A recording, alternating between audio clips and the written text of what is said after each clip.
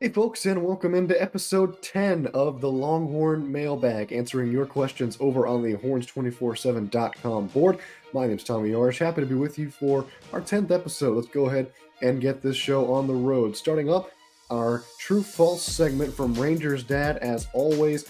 4-2 last week, so we're staying above 500. Happy to see that. Let's go ahead and kick off this week's Kansas edition. Number one, this game will be decided in the fourth quarter. I'm going to lead slightly false here. I think Kansas should not be underestimated whatsoever. They have earned that number 24 spot in the country at this point, and the number is really back. This is a team that is very good on third down and offensively is just very good. A lot of weapons as well. So I think this is decided maybe in the third quarter. I wouldn't be surprised at all if this goes into the fourth, but for now I'm saying false heading into this one.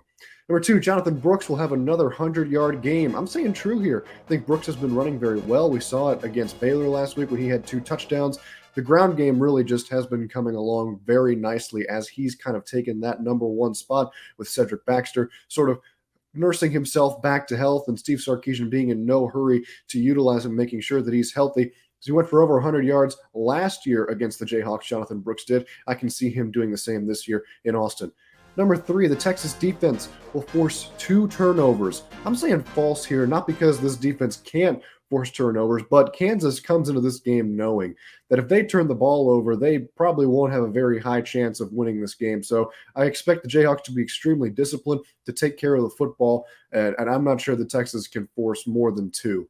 All right, number 4 now. Quinn Ewers will throw for 2 touchdowns. I'm going true on this one. I think that this is going to be a very balanced Texas offensive attack, both in the run game and in the passing game. So I definitely see Quinn Ewers going for 2 touchdowns through the air on Saturday. Number 5, Texas will punt less than 3 times, or 3 times or less, I should say.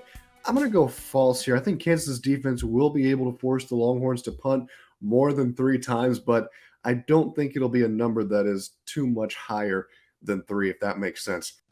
And last but not least here, Texas will use the Wildcat formation. I'm going to go true here.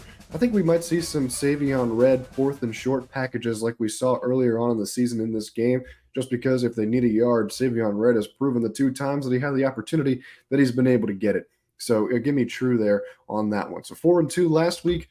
As always, the goal to go 6-0 in our true-false segments, thanks to Rangers Dad for providing those questions once again. All right, our first question from UT Horn and NC. I understand why Texas rotates so many players on the defensive line with very little drop-off, but why are they rotating defensive backs like Michael Taft when they have Jalen Catalon as a stabilizing force in the secondary? Well, I think the easy answer to that is because for the first time in a long time, the Longhorns have depth at most positions on the defense so that they can afford the luxury of being able to rotate and keep fresh legs on the field. If you don't believe me, Steve Sarkisian said in his press conference on Monday that, quote, Jalen Catalon is not on a pitch count. We rotate our guys. I think we're 5 deep at that position. We're extremely fortunate, end quote. So we talked a little bit earlier about how it was a little odd that Jalen Catalon wasn't seeing the field. We questioned whether or not he was on a snap count. Steve Sarkisian takes that out of the picture and says the only reason was because they're just rotating all these guys in there to keep fresh legs on the field and make sure that the defense still has energy going into the latter parts of the game. So, you look at the 5 that they have, Jalen Catalon, Jaron Thompson, Derek Williams, Keaton Crawford, and Michael Taft. Those are 5 guys that can really get the job done. I really like Michael Taft as he stepped up in those red zone situations, played pretty good this past week against Baylor. He ended up stuffing, I think it was R.J. Martinez, right at the line of scrimmage as Baylor was kind of threatening late in the game. But it really, those five guys in the safety room, I think will get the job done for you. And as we've seen, the rotation has benefited them. We haven't seen too many slip-ups from the secondary, just like we haven't seen too many slip-ups from the defensive line. You can pick a couple out here and there, but for the most part, they've been pretty solid. So I expect that rotation to remain in place, and until it's a reason for concern, why change anything? So expect the rotation to continue, which may mean we see less snaps of Jalen Catalon. But so far, when he has gotten snaps, he has played very well with them. And lastly, our question from Tip Off Texas. Do you see any freshmen who haven't played as much on offense or defense start to get some playing time here next weekend and going forward, excluding injury? So I'm going to go with one guy on each side here. On offense, I'm going to go with Jonte Cook. He started to see the field a little bit more, had a deep pass over the middle in that Baylor game. Just think he's going to be too hard to keep off the field. Extremely talented, very quick, a big deep threat for Steve Sarkisian in the offense, and you saw that last week against Baylor. So give me Jonte Cook on the offensive side of the ball.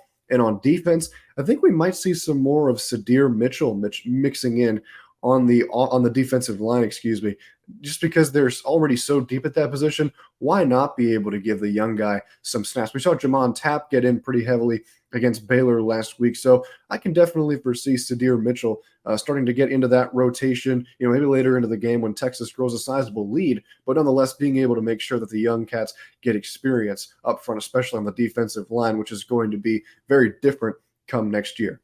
And that's going to do it for episode 10 of the Longhorn Mailbag. I want to thank you all so much for watching. Make sure to head to the board over on horns247.com on Sunday mornings so you can drop your questions and have a chance to have them answered in the next mailbag episode. And as always, like this video, subscribe to the channel, and turn on notifications so you're the first to know when new content heads your way. For the rest of the crew, I'm Tommy Yarrish. Thanks for watching. We'll see you next time.